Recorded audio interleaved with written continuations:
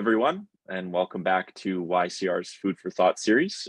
For those of you who are joining us for the first time, my name is Justice Otto. I'm a finance graduate from the University of Alberta, and with me is Ryan Fournier and Camilla Fredette.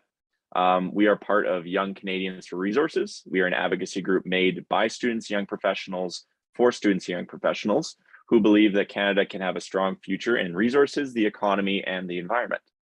Please feel free to connect with us on Instagram, Facebook, and LinkedIn at YC Resources if you want to learn more about what we do. So I'll let my co-hosts introduce themselves real quick.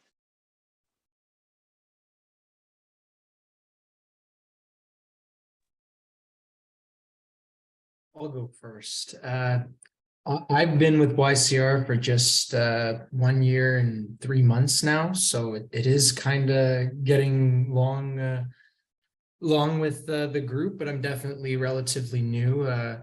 I'm finishing up my double major in criminology and political science this year in April, actually at the end of April. So I'll pass it over to Camilla now. Thank you. So yeah, my name is Camilla. I am a student in environmental sciences in Quebec at University of Sherbrooke, and I joined YCR in December of last year, and I'm super excited to hear what you have to say today, Jean-Marie. Awesome. Thanks, guys. So as we said, today we are pleased to welcome Jean-Marie Inns. Miss Inns has been with Tamarack since 2012. And is a CPA and MBA with 17 years of oil and gas experience. Prior to Tamarack, Ms. Inns held finance and administration roles with Anderson Energy Incorporated, Highpine Oil Gas Ltd, and that's an interesting pronunciation. Vaquero Energy Ltd, I think. Vaquero. Vaquero. It's Spanish for cowboy. Okay, interesting. That's learned something new every day. Where she took on senior finance and accounting positions of increasing responsibility and complexity. Ms. Inns holds a Bachelor of Science from Mount Royal University and a Master of Business Administration from Yale School of Management. Before I let Jean-Marie take it away with her amazing presentation, I would like to just remind our audience that they can ask questions throughout the presentation using the Q&A box below, and we will address them at the end of the presentation. So without further ado, please take it away, Jean-Marie. Thank you so much, and thank you for having me. I was really excited to be invited, and I really believe strongly in what the students are doing. So much of what I'm able to do and able to participate in the sustainability sphere is guided by the action of young people in the next generation. And so while I'm excited to share my experience, I think that everything you guys have contributed is so important to where we are today. As was already mentioned, I am the Director of Finance and Sustainability with Tamarack Valley, and the most exciting part of what I get to do is running our sustainability program. And so that's what I'm going to talk a lot about today.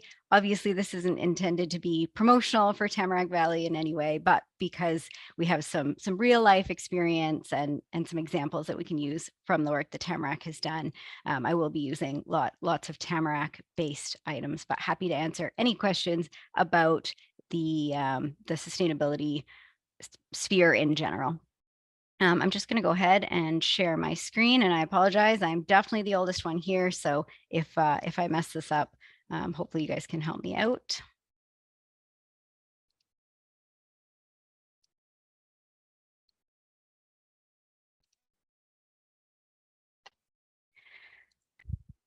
So just a quick overview of what we're going to chat about today. It's really exciting to see all the momentum behind sustainability, but it can be very aspirational. And so understanding how you then turn that into something that's actionable in a corporate environment is really important.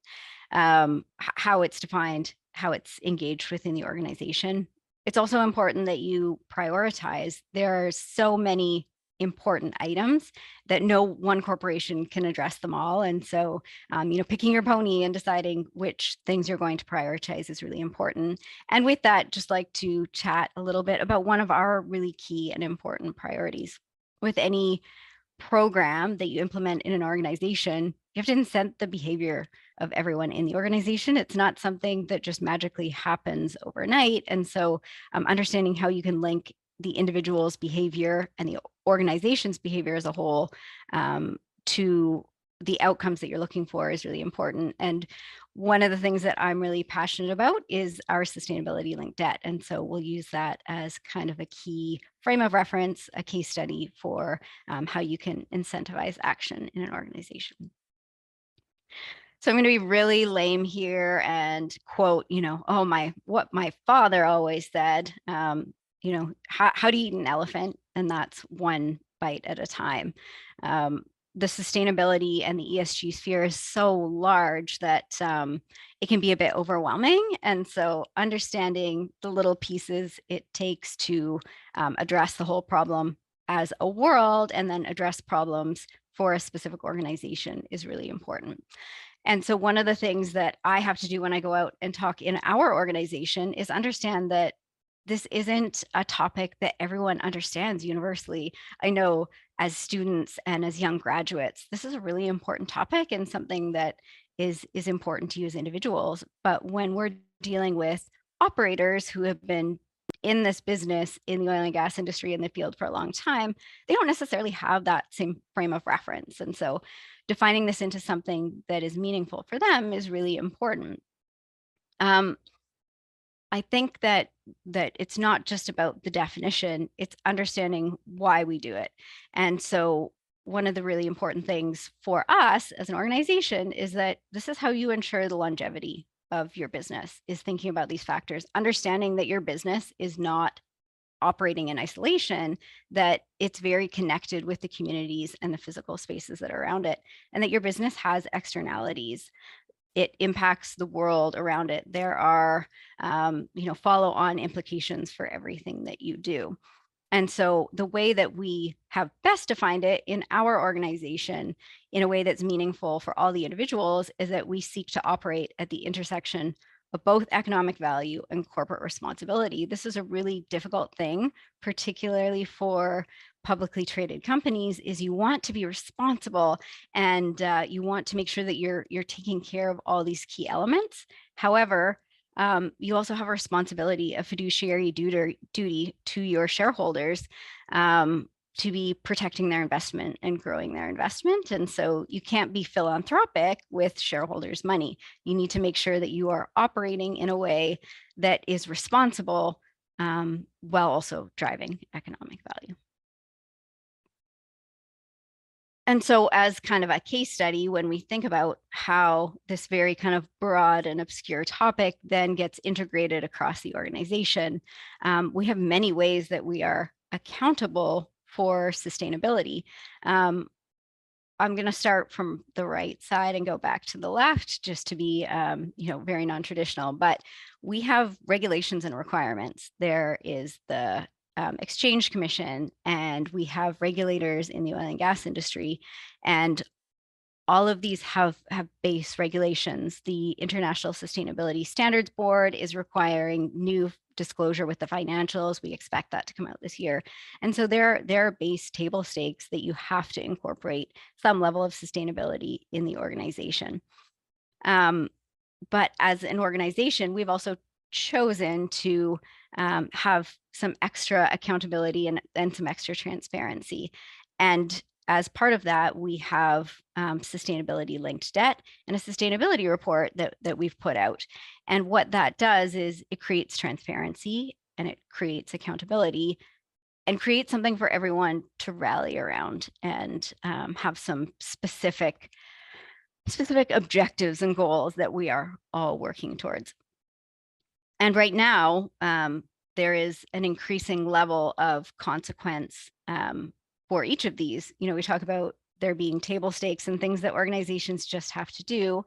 And then there are things that we're getting extra credit for and that are increasing our value as an organization.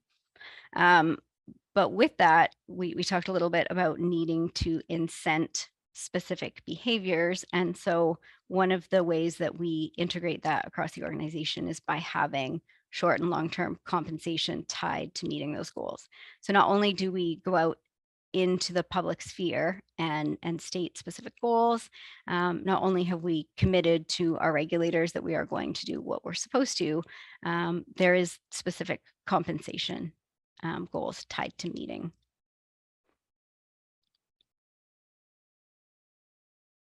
So we talked a little bit about setting sustainability priorities, picking your pony. When you look at the UN Sustainable Development Goals, there are so many things that the world needs to work on, and it can be really challenging as a corporate organization to decide how you prioritize all those pieces. And it's not just picking which ones you want to participate in, but if you have two conflicting goals, how do you manage that in an organization, and how do you select? We as an organization have picked 5 specific focus areas to center our program around. And the advantage of creating some specific priorities is that then you can create action and goals around them. And one of the really challenging items for an oil and gas company specifically is there are things that are important to many stakeholders, but there are also things that are important to us that are values as an organization. And so as we talk a little bit more about this program and about execution, it's not just about delivering what's important. Emissions is obviously a very important actionable item for oil and gas companies. However, it's almost become table stakes. Really, you have to do emissions. And so one of the important things that we'll talk about in a little bit is that Tamarack has chosen to focus on our Indigenous partnerships as well. And it's one of the things that differentiates us as an organization. When we look at our, our program strategy, understanding and managing risks isn't just about delivering to stakeholders a specific actionable item. It also enables profit and enhances future value. And so that strategy then has to be taken down to a specific measurable level. We talk about aspirational to actionable, and we have all these goals, the things that we want to do. We want to reduce greenhouse gases, but that's not an actionable item. And so it's really important in an organization to have some actionable item. We want to reduce greenhouse emissions. Well, how much do you want to reduce them by? When do you want to reduce them by? And so I'm sure everyone's familiar with SMART goals, specific, measurable, attainable, and they always have to be time bound. And so we've then taken all these really important focus areas and taken them down to a very specific level. And those don't just happen. You can have a goal to reduce emissions, but then you need to take it into small kind of bite-sized steps. And so taking initiatives to drive progress becomes very important as well. So we talked about the priorities for an organization, picking your pony. And one of the things that Tamarack Valley is committed to, and that is a really big differentiator, is our Indigenous partnerships. Indigenous partnerships are very important to us as an organization. We believe they're important to Canadians as a stakeholder base. But we also feel very passionate about this. I've been with the organization for 10 years, and Brian Schmidt, our CEO, has always had a very strong relationship with the Indigenous communities in Alberta and across Canada, and has been a really important representative for them. And so that value has trickled through into the organization. And so again, not intended to be promotional for Tamarack, but just to illustrate the importance that it isn't just about what's required in the community or in the stakeholder groups, but also what feels meaningful to you as an organization. And then being able to tie that back to how it enables you to operate more effectively as a business. It isn't just about personal objectives. This is obviously values that tie back into creating an efficiency in your business. And so Tamarack has been very fortunate that we've been able to do business in places where other people haven't because of our strong relationship with the Indigenous communities. So something that Tamarack is very proud of. And so with that in mind, we talk about the steps to ensuring that, these aspirational goals are achievable. And so as a priority area for Tamarack, it then got broken down into specific goals, commitments, objectives, with a timeline. And so some of our key goals and commitments are a specific workforce participation metric. 6% aligns with what the corporate or what the overall representation in the population is. And so making sure not who's currently in the workforce, but all members of the Indigenous population are effectively represented in our workforce. And with that, creating specific achievable milestones. So you can't get to 6% in 2025 if you aren't doing specific things along the way. While that's a very measurable and specific goal, our aspiration is really to create value in our Indigenous communities. And so we need some bite-sized measurable pieces in it. Some of the larger and more aspirational items in our objectives include every year creating an additional partnership. So an example of this is in the Kainai Nation in southeastern Alberta, Tamarack and their economic development group helped to create a business where the Indigenous members of the Indigenous population of Kainai had a business to do restoration. So the government was providing additional funding for restoration of oil and gas leases that were no longer active.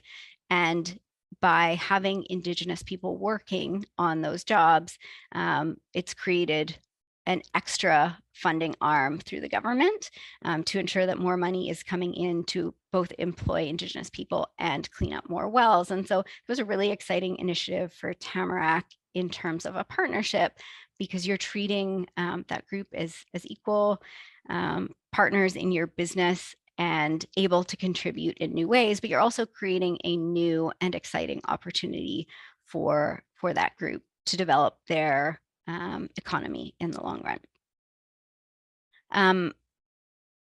The biggest aspiration for the program, creating value in the Indigenous communities, is really difficult to do if you can't monitor and track it.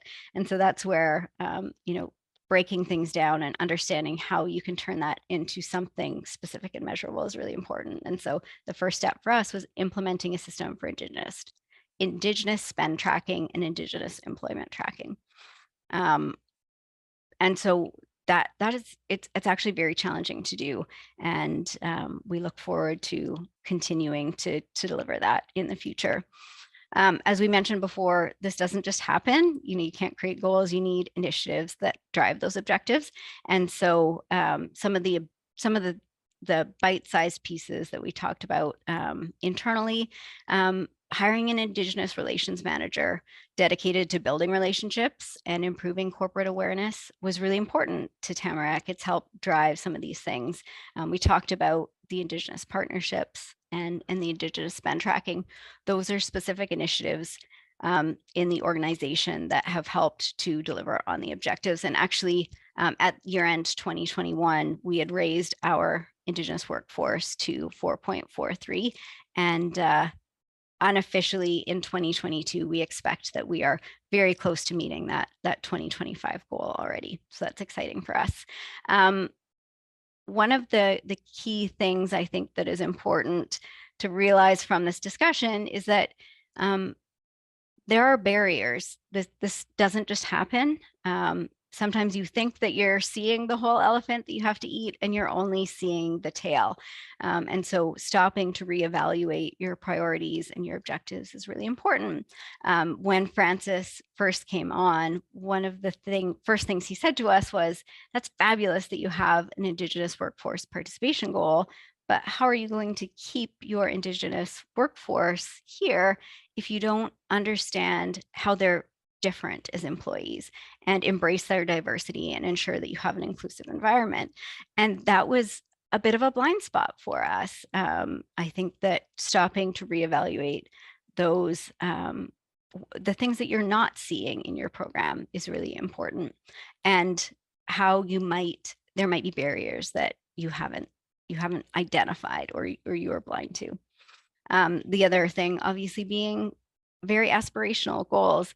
Our Indigenous spend tracking program is much larger than we expected it to be, and translating that into value is also a much bigger project than we expected it to be, but is very exciting and while aspirational, just highlights the need to break things down a little bit further. Incentivizing action. You talk about the carrot and the stick, and that in order to create progress in these areas, you have to have buy-in at every level of the organization. And so we'll talk a little bit about one of the exciting things that Tamarack is doing. But when you think about this as an individual, we could do an entire course on incentivizing and creating organizational change. It's definitely not an easy subject to tackle in one brief slide, but one of the important things that we've learned, and that I would encourage you as students going into the workforce to take away, is that everyone needs to understand how a specific activity impacts their individual sphere, how it impacts their day-to-day life. There are costs. And so if I, as an operator, don't understand how my actions are impacting the larger organization, or even my own success, for example, long-term employment stability, I'm not necessarily incented to act. And I know as a young student myself, which was a long time ago, to be clear, I had different expectations about how things would work in the real world, and that enthusiasm is really important, but being able to translate that enthusiasm into individual action is very important. And so this is one of the slides that we share with operators, so that they can understand how their individual actions are impacting the organization, how ESG is impacting the business and the long-term objectives of the organization.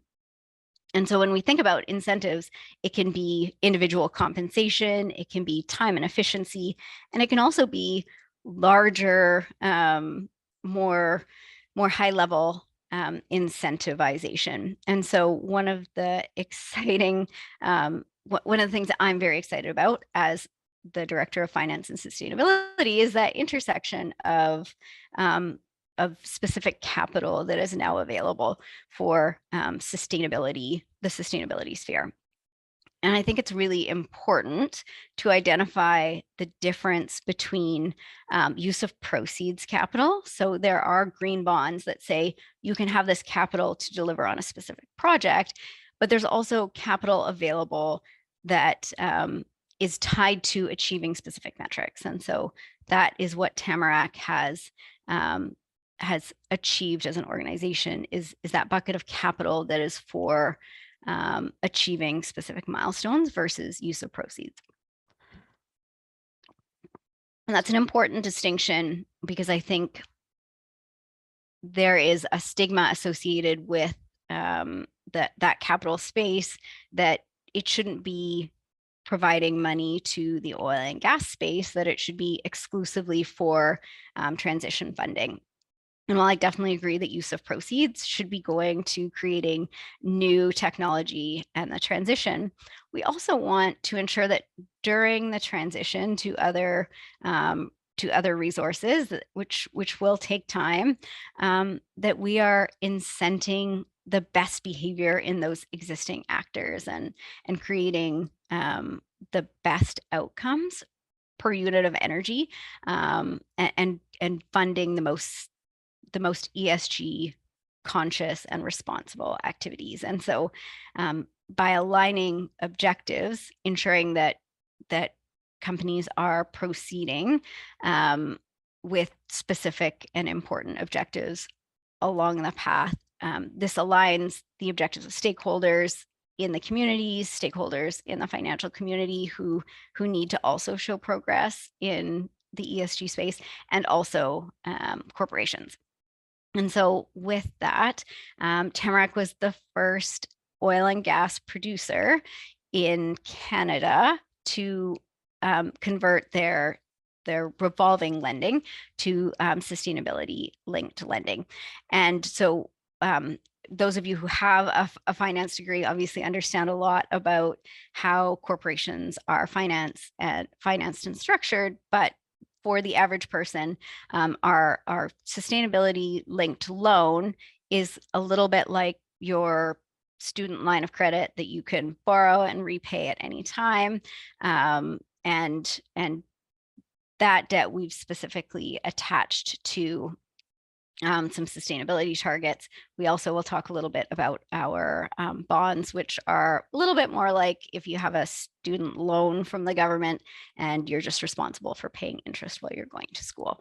So two different types of debt that are slightly different in nature, but we've now converted to all be associated with some specific sustainability targets. So we transitioned our existing credit facility in 2021. And what this does is it creates key performance. It takes key performance indicators that are sustainability based and establishes sustainability performance targets that align with the corporation's values, but also with the desires of the larger stakeholder community, including our financial lenders. And so obviously, as we discussed, emissions is so important in the oil and gas industry right now. And so that is in both our sustainability linked lending and in our sustainability linked bond.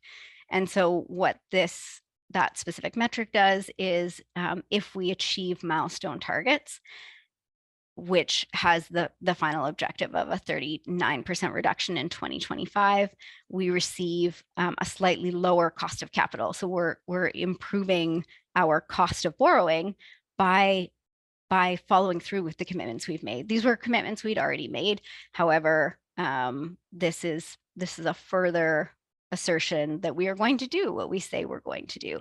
And I think that's really important in this sphere to make sure that that we're delivering on what we say we're going to do. The other two pieces that we've attached to the lending is decommissioning. So ensuring that at the end of life, we are restoring all of our leases back to the original state. And then the Indigenous workforce representation, which we already talked about. And so the really great thing about this lending is that not only do you get an incentive to do better, but there's a penalty if you don't do as well. I noticed I'm at 21 minutes. I told you guys that I could talk about this stuff forever. So I'll zip through the rest, and then we will have lots of time for questions.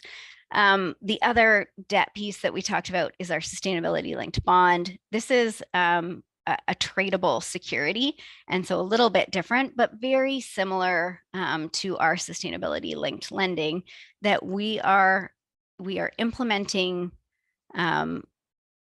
goals or implementing debt that align with our goals and objectives in our sustainability program. Unlike the other program, there's only a stick in this case. So if we don't meet our requirements, we are penalized for not meeting that. That said, we did likely receive a lower cost of borrowing when we issued the bonds by making it sustainability linked. But even more importantly, it gave us access to a different pool of capital. And so as we're thinking about this for all organizations, access to capital and cost of capital are two things that are really important for every organization as they're moving forward. And so a really important incentive at the highest level to ensure that you are being accountable for the commitments that you make. So key takeaways from what we've talked about today. Creating actionable steps, how to eat an elephant, one bite at a time. Even the most aspirational goals are achievable by turning it into very small steps that you can achieve at every level of the organization. Prioritization is really important. You've got to pick your pony. You can't be all things to everyone. And so by prioritizing not only what's important to you as an organization, but understanding what's important to your stakeholders, you can, in the sustainability space, create the greatest value, not only for the organization, but for the larger community. Seeing the whole picture is really important. There are going to be barriers that you're missing. There are going to be things that you're doing that conflict with other objectives. And so when you're implementing a sustainability program in an organization, it's really important to constantly reevaluate your program and understand where your viewpoint might be falling short. And incentives. What is your carrot? What is your stick? Which one do you want to use when? There are some really interesting and exciting things that you can do in the sustainability space right now. Access to lower cost of capital and new pools of financial capital is really important. But it's also important to find those incentives at every level of your organization to ensure that everyone is pulling in the same direction. So with that, are there any questions? I see there are a few that came up, but